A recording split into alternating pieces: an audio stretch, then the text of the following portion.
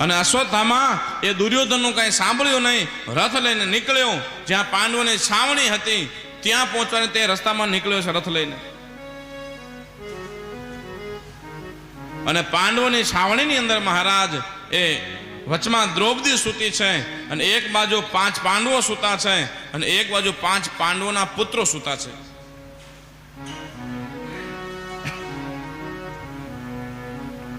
ત્યારે ભગવાન કૃષ્ણને ખબર પડી રાત્રે કે આ અશ્વત્થામા મારવા માટે નીકળ્યો છે, તો હું મધ્યરાત્રે અશ્વત્થામા પહોંચે એ પહેલા હું પાંડવો લઈને ત્યાંથી નીકળી જાઉં.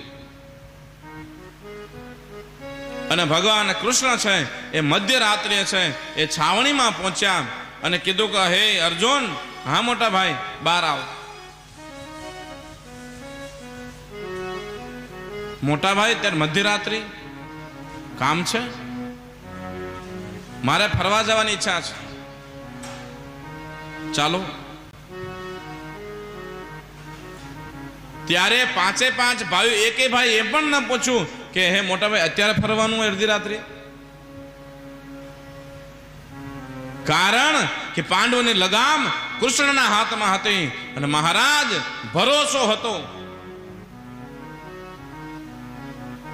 કે મારનારે કૃષ્ણ છે ને જન્માવનારે કૃષ્ણ છે. પછી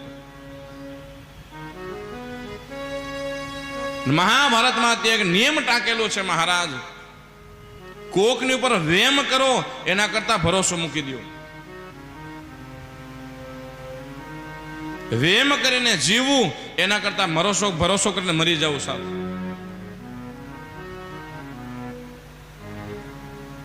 પાંડવોએ એ કૃષ્ણ પર ભરોસો કર્યો અને મધ્યરાત્રે કૃષ્ણે કીધું છે કે મારે ફરવા જવાની ઈચ્છા થાય છે. 5 પાંડવો હાલ સાથે ચાલતા થઈ ગયા. હાલો મોટા ભાઈ.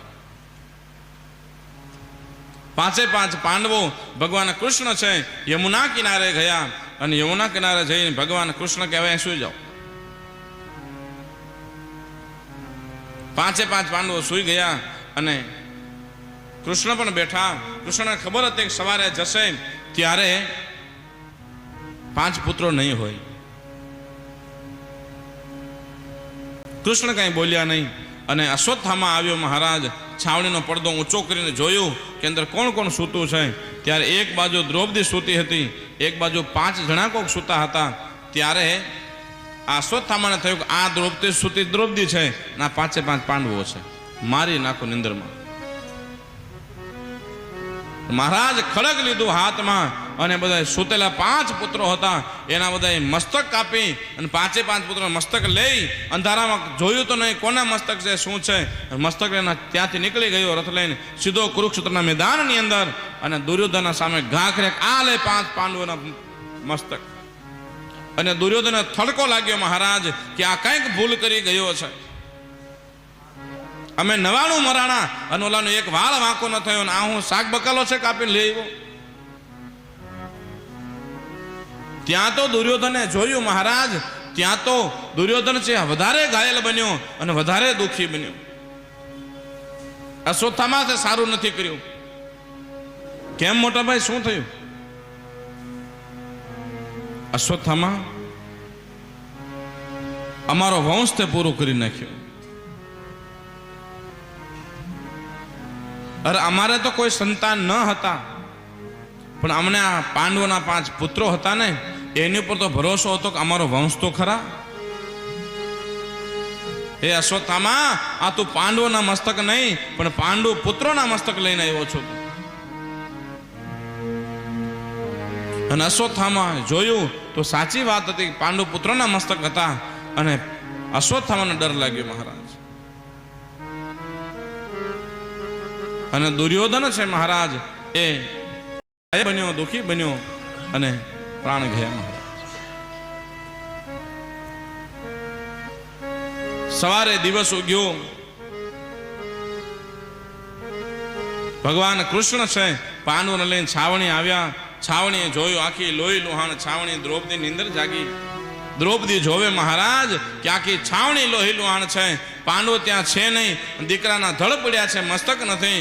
અને વાળ છૂટા કરી નાખ્યા દ્રૌપદીએ અને રડવા લાગી, કોને મારા દીકરાઓને માર્યા, કોને મારા છોકરાઓને માર્યા મહારાજ, કોણ છે એવો દુશ્મન? અરે કદાચ દુશ્મની હોય તો મારા પતિ સાથે હોય મહારાજ, મારા દીકરાએ કોનું શું બગાડ્યું છે? મારા દીકરાને શું કામ મારી નાખ્યા? અને દ્રૌપદી રડવા લાગી, વાળ વિખાઈ ગયા મહારાજ, અને સૌભાગ્યની વસ્તુ તૂટવા લાગી આ દ્રૌપદીને કે આટલું દુશ્મની કોને કરી હશે? રાત્રે કોણ મારી ગયો છે મારા દીકરાઓને? ત્યાં તો ભગવાન કૃષ્ણ અને પાંડવો આવ્યા અને દ્રૌપદીને દશા જોયા કે છાવણીની દશા જોઈ, લોહી લુહાણ દશા. અને પાંડવો છે ક્રોધે ભરાયા. ભીમ કીધું કોને કર્યું છે આ બધું? માર્યું છે. અર્જુન કહે છે કોને માર્યું છે? ત્યારે કાંઈ પણ વિચાર કરે એ વગર તો દ્રૌપદી કે મને ખબર નથી મહારાજ. પણ અર્જુને સંકલ્પ કર્યો કે હે દ્રૌપદી સાંભળ, જેને પણ તારા પુત્રોને મારા પુત્રોને માર્યા છે એને જો મારી એનો મસ્તક કાપી અને તને બાજોટ બનાવીને માથે બેસાડીને જો નો નવડાવું તો હું અર્જુન નહીં. એક પછી એક પાંડવો છે સંકલ્પ કરવા લાગ્યા અને સવાર થઈ અને કૃષ્ણ કીધું કૃષ્ણ કોને માર્યા બધાને? ત્યારે કૃષ્ણ છે કે મને ખબર નથી. અને સાહેબ કૃષ્ણ એમ કીધું કે મને ખબર નથી. મુખ ફેરવી ગયા ત્યારે દ્રૌપદીને શંકા ગઈ.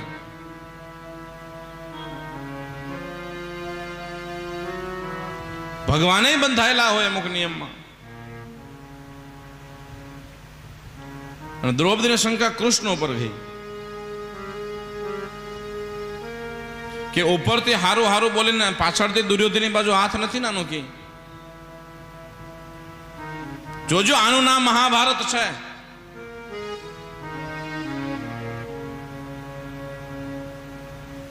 દ્રૌપદી તને કોની ઉપર શંકા છે? અર્જુનને પૂછ્યું.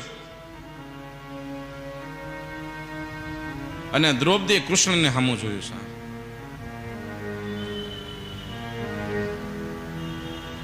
દ્રૌપદીએ કૃષ્ણને સામું જોયું. ત્યાં કૃષ્ણ સમજી ગયો મારી ઉપર? ના ના અર્જુન, કૃષ્ણ ના. કૃષ્ણ કે દ્રૌપદી તું મારી ઉપર શંકા કરસ? શંકા નથી કરતી મોટા ભાઈ, પણ શું?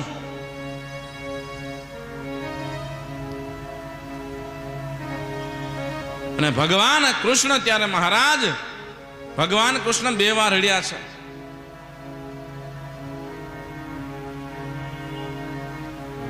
એક જ્યારે દ્રૌપદીએ શંકા કરી ત્યારે મહારાજ, અને એક જ્યારે 128 વર્ષ ઉંમર હતી, 125 વર્ષની ઉંમર હતી, અને જ્યારે આ દુર્યોધનની દીકરી કૃષ્ણના પુત્ર સાંબની સાથે લગ્ન કર્યા છે, એ દીકરી સેવા કરતી હતી ભગવાન કૃષ્ણની વૃદ્ધ અવસ્થાની અંદર.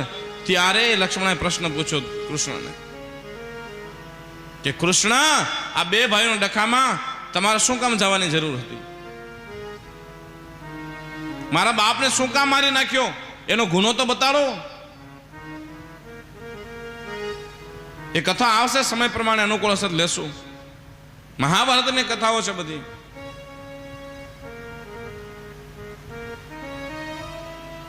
અને ત્યારે આ ભગવાન કૃષ્ણને સામું જોયું અને કૃષ્ણ રડ્યા છે કે આ ભરોસાનો ફળ આ હોય મહારાજ, સેવાનો ફળ આ હોય, સારા કર્મનો ફળ આ હોય. મહારાજ જો ભગવાન કૃષ્ણ સેવા કરતો હોય, કૃષ્ણ ઉપર ભરોસો કરીને સેવા કરતો હોય, જો એને પણ અપજસ મળતો હોય તો આપણે ક્યાં ઝાડવાના મૂળે હશે મહારાજ? થાય જ. ડોંગરેજી બાપુ કહેતા મહારાજ સેવા કરવી કઈ સહેલી નથી, ભક્તિ કરવી સહેલી નથી, અને ભરોસો કરવો સહેલો નથી.